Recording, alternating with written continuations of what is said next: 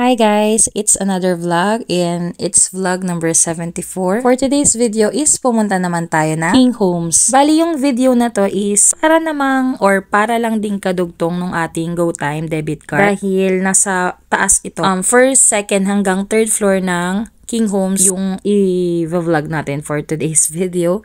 And yung GoTyme naman, which is vlog number 72, is sa kanilang ground floor. At kung wala ka pang GoTyme debit card, pwede nyo na rin panoorin yung ating last video, which is how to get a GoTyme debit card in just 3 minutes. And since nandiyan naman na tayo, tara, libutin na rin natin kung ano nga ba itsura or ano yung loob ng King Homes. Yung ground floor, hindi na natin siya masyadong inikot kasi dumiretso na lang tayo sa GoTyme debit card sa may Robinson grocery stores. Kaya dito naman tayo sa second floor. Yan mga bebs, on daming sale nila. Ang kinagandahan dito sa King Homes, Bukandala Imus is organized. Tignan nyo naman mga bebs. Napakamura din yung mga items nila. And then yung mga plasticware, lakas maka-divisoria presyo din sila mga bebs. And 66 pesos parang 1 dozen na yan. Mga lagayan ng ulam. Dire-diretso na yan. Lahat yan mga plasticware area. Ayan. Sa mga handaan, sa birthday, mga ginagamit natin, andyan mga Bebe Loves. And after naman yan, punta tayo sa ibang part. Yan yung mga gamit sa bahay or panlinis sa loob ng bahay. Mura din yung mga items nila dyan. Ayan. Kung gusto nyo ng mga bundle-bundle na steel wool, ayan, meron sila mga dishwashing, yung mga kilala at hindi kilalang brand, nandyan din mga bebs. And 24 pesos, may ganyan ka ng dishwashing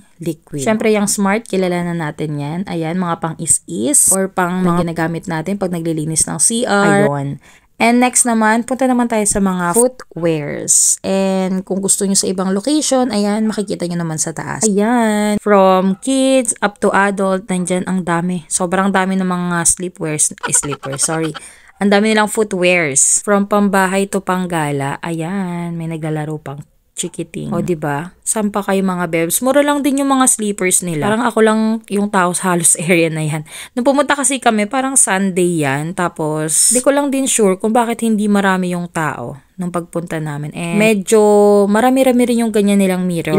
Ilan yung nakita kong ganyan sa bawat kanto. And kung bibilihan nyo rin yung asawa nyo or partner nyo, anak nyong lalaki, ayan. O may sizes na dyan, yung size 40 to 45. And dyan sa buong hilera na yan. And meron din silang mga notes. Syempre, minsan yung mga customers, kapag tinry na, naku, kung saan na nilalagay yung kanilang sinukat na sleeper. Kaya naman naglalagay sila sa mga pader. Kung normal na yan sa mga ibang establishment din. Kaya kung bet mong bumili, ayan, ikot-ikot lang dyan. Tsaka meron ding mga shoes dyan na rubber din siya mga bebs. Yung mga pwede nating pangharabas. Ayan, yung mga estudyante nating kinalakihan ng tag-ulan sa Pilipinas. Charis, ayan o, para hindi madaling masira yung mga sapatos. Habang nagtitingin-tingin, nag-check na rin talaga ako ng price. And tignan nyo, 248 yung ganyang sleeper. O, diba? Pwede na pangharabas, lalo na yung mga naglalamove, grab, na mister, na anak. Ayan o, mga presyo dyan, nasa 229. Mura lang din, diba? Kaya ayan, tingin-tingin muna tayo. Baka meron pa tayong matipuhan. Kala mo talaga bibili, charis. Nagtingin-tingin lang talaga ako. And ayan o, diba? Ang ganda din. Magkano lang? Yung 178 lang yung sleeper na yan. Or I mean yung ganyang klaseng footwear. O, diba? Ang daming pangharabas dyan. Na mura, na hindi masakit sa bulsa. Pagtapos nating umikot sa men's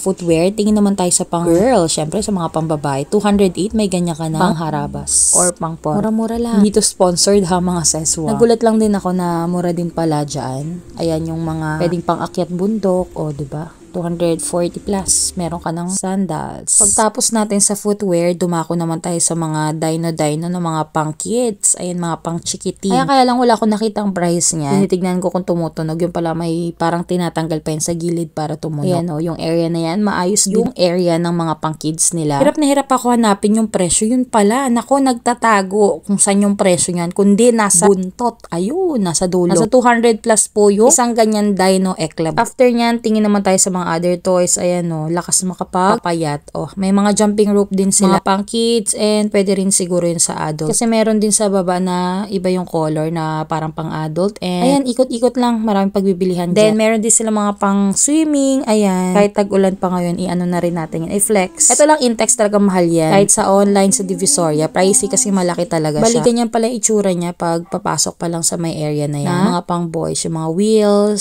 Pag yung anak mo, dinaan mo dyan, siguro yung may pera. May pera ka kundi baka magwala. Diyos ko, ayan. Sunod-sunod, diba? Nakakatakaw mata. O, pati pang chess. Parang ko mag-chess, cherries. Ayan o, diba? Ang dami mga toys sa mga gustong bumili dyan. At puro laruan ang nakita. Punta naman tayo sa mga pang-adulting 101. Ayan yung mga gamit sa bahay. Halos mga nakasale din yung mga gamit nila. Di ko na masyado naikot yung second floor. Napagod na ako. Bali, punta naman tayo sa third floor. Sa laki ng mga signage nila. O, kitang-kita mo talaga. O, kung nasan yung towel, curtains. Ayan. Yung mga mahilig sa mga halaman. Meron din mga playground dyan. Playground. Ayan. Yung mga junakis natin na gusto maglaro-laro muna. Meron dyan nasa third floor. O, diba kahit malayo ka, makikita mo anong area yung dapat mong puntahan. And ayan. Since pasukan na naman, kaya marami na namang naka-display na mga sapatos. Grabe no, parang wala talagang tao. Hindi lang talaga yung tao nung pagpunta ko dyan. Yan pala yung sinasabi kong parang playground. Ayan mga bebs. Para mag-enjoy din yung mga bata. Ipabantay sa kapatid habang namimili si nanay ng mga gamit. And ayan, may mga basketball din. And syempre, yung machine-machine na yan. Diba? Kung baga may pwede ding paglibangan yung mga ating mga chikiting maliban sa mga nanay na bumibili or mga estudyanteng bumibili ng kanilang mga gamit. Ayan yung sa may flower area, yung mga plastic flowers, ayan mga artificial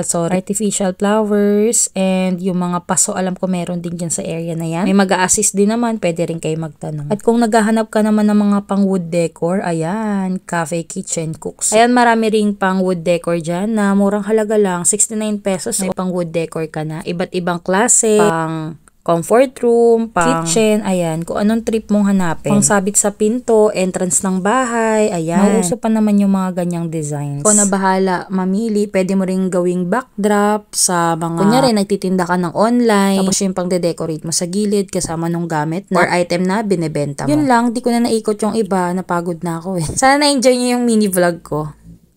Bye!